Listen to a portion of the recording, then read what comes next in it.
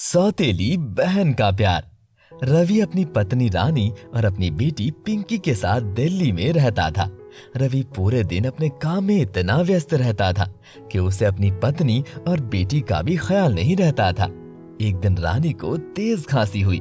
खांसते खांसते वो जमीन पर बैठ गई। उसे देखकर उसकी बेटी उसके पास आई और बोली, माँ क्या हुआ? अचानक आपकी तबीयत कैसे खराब हो गई?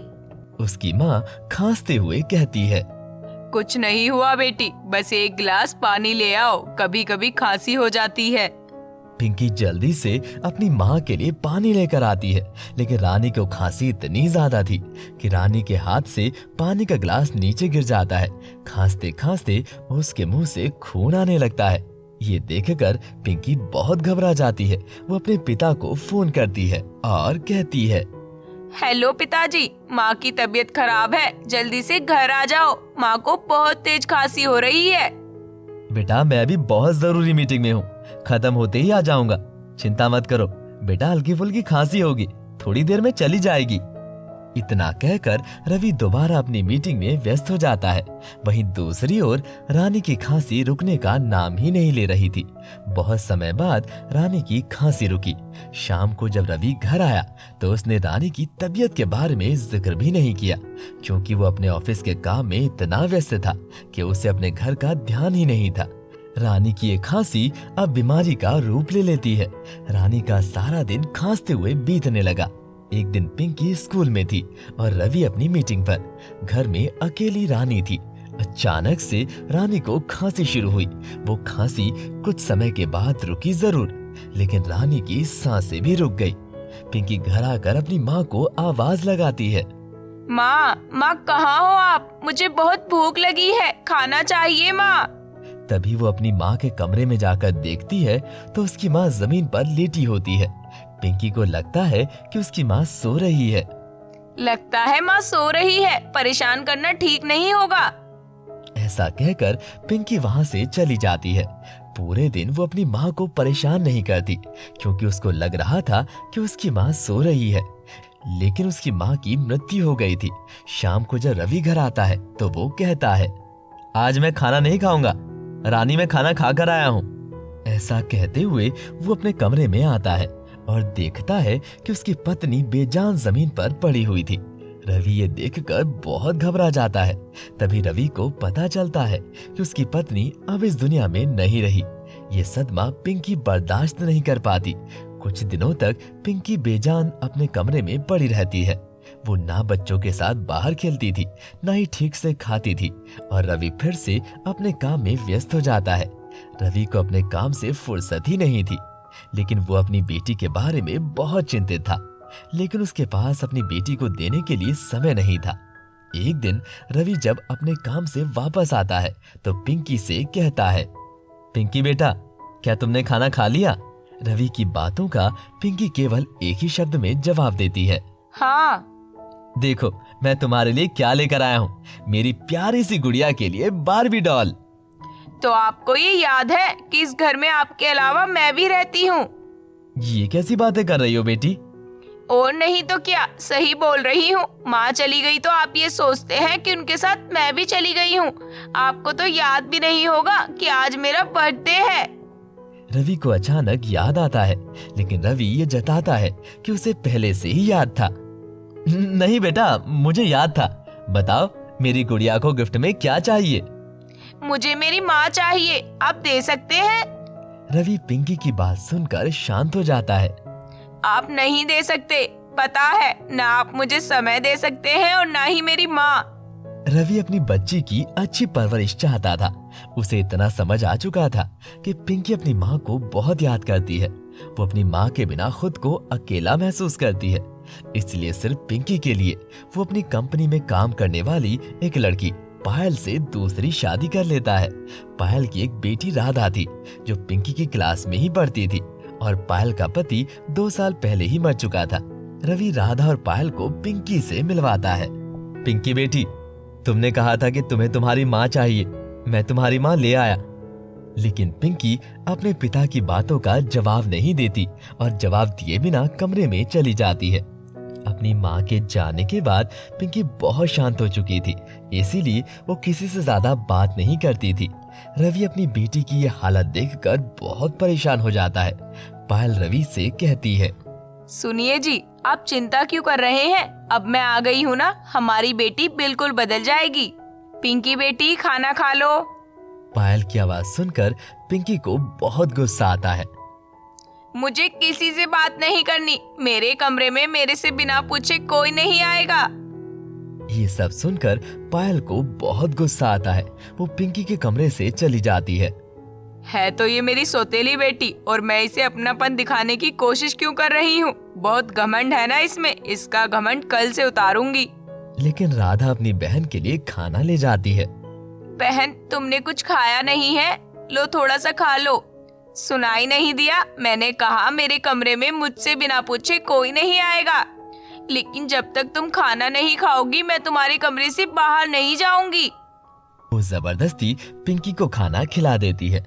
कुछ दिनों तक तो पिंकी का व्यवहार राधा के प्रति चिड़चिड़ा रहता है, लेकिन कुछ दिनों के बाद राधा और पिंकी आपस में घुल मिल जाते हैं।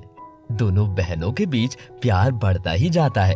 दोनों साथ साथ स्कूल जाती थी, साथ खेलती थी, साथ सोती थी, साथ उठती थी और साथ ही बैठती थी। कहने को तो दोनों सौतेली बहनें थी, लेकिन उन्हें देखकर कोई नहीं कहता था कि वो दोनों सौतेली बहनें हैं। लेकिन दोनों का मेल जोल राधा की माँ को पसंद नहीं आता। पायल अपने रास्ते से पिंकी को हटाना चाहती थी, क्योंकि पायल की नजर रवि की जायदाद पर थी। वो चाहती थी कि वो सारी दौलत उसकी बेटी राधा को मिले और पिंकी को रवि कहीं दूर बोर्डिंग में भेज दे। इसीलिए वो दोनों बहनों के बीच फूट डालने की कोशिश करती है। पिंकी अपने कमरे में कुछ ढूंढ रही थी। यहीं तो रखा था, मिल नहीं रहा। तभी उसकी माँ पायल उसके कमरे में आती है। क्या ढूंढ रहे हो बेटा? मुझे मेरी फेवरेट ड्रेस नहीं मिल रही है। मुझे आज अपनी फ्रेंड के बर्थडे पार्टी में जाना है और मुझे वही ड्रेस पहननी है। वो ड्रेस तो मैंने राधा को पहने देखा था। राधा कहाँ है? मेरे कपड़े मुझसे बिना पूछे क्यों लिए उसने? जब वो अपनी बहन को उस ड्रेस में देखती है तो बहुत खुश होती है। सुंदर लग रही हो, ये ड्रेस मुझसे ज्यादा तुम पर अच्छी लग रही है। राधा और पिंकी दोनों हंसते खेलते दोस्त की पार्टी में चले जाते हैं, लेकिन राधा को वो ड्रेस पायल ने दी थी ताकि पिंकी को गुस्सा आ जाए और दोनों बहनें अलग हो जाएं। लेकिन इसका उल्टा हुआ। कुछ दिनों बाद पायल पिंकी और राधा की क्लास टीचर से मिलती है। पायल उनकी क्लास टीचर को झूठी बातें बोलती है। अब देखिए ना मैडम, पिंकी की माँ तो है नहीं। कुछ दिनों तक उस पे माँ का साया भी नहीं था, इसीलिए वो बिगड़ चुकी है। उसकी वजह से राधा भी बिगड़ चुकी है। दोनों दिन भर मिलकर शरारतें करती रहती हैं। परसों की ही तो बात है, उन्होंने सीढ़ियों पर तेल गिरा दिया था। मेरी जान जाने से बची है। ये सब सुनकर क्लास टीचर को बहुत आश्चर्य होता है। वो कहती है, इतनी छोटी सी उम्र में इतनी खतरनाक शरारतें। इसीलिए तो मैं आपसे कह रही हूँ, उन्हें अपनी क्लास में एक दूसरे से अलग बिठाइएगा। पिंकी से थोड़ी ज्यादा सख्ती से पेश आइएगा ताकि दोनों की शरारतें कम हो जाएं। बस इतनी सी बात है। आप चिंता मत कीजिए, मैं इन दोनों को एक दूसरे से अलग रखूंगी ताकि ये दोनों शरारतें कम कर सकें। पायल मुस्कुराते हुए घर वापस आ गई और उसके कहने के अनुसार क्लास टीचर उन दोनों को अलग अलग जगह पर बिठाती है। राधा, अपनी कॉपी दिखाओ, होमवर्क किया है या नहीं? जी मैडम, मैंने सारा काम कर लिया है। पिंकी, अब तुम दिखाओ। जी मैडम, मैंने भी अपना पूरा होमवर्क कर लिया है। पिंकी जब अपने बैग में नोटबुक चेक करती है तो उसकी नोटबुक उसके बैग में नहीं होती, क्योंकि पायल वो नोटबुक घर पर ही निकाल लेती है। पिंकी जब टीचर को बोलती है कि वो नोटबुक नहीं लाई, उसके टीचर को गुस्सा आता है और वो कहती है, तुमने होमवर्क नहीं किया और बहाने बना रही हो। हाथ आगे करो अपना। ये सुनकर राधा उठ खड़ी होती है और कहती है, लेकिन मैडम, हम दोनों ने साथ बैठकर होमवर्क किया था। मेरी बहन पिंकी झूठ नहीं बोलती है। लेकिन उनकी क्लास टीचर उनकी एक नहीं सुनती और होमवर्क ना करने पर उनके हाथ पर लकड़ी के स्केल से मारती है। ऐसे ही कुछ दिनों तक क्लास में उनकी टीचर कभी राधा को तो कभी पिंकी को तंग करने लगी। लेकिन दोनों बहनों के बीच प्यार इतना ज्यादा था कि जब राधा को मार पड़ती थी तो पिंकी भी पिटने को तैयार रहती थी। एक दिन पायल दोनों बहनों को फिर से अलग करने की साजिश रचती है। वो राधा की नोटबुक फाड़ देती है।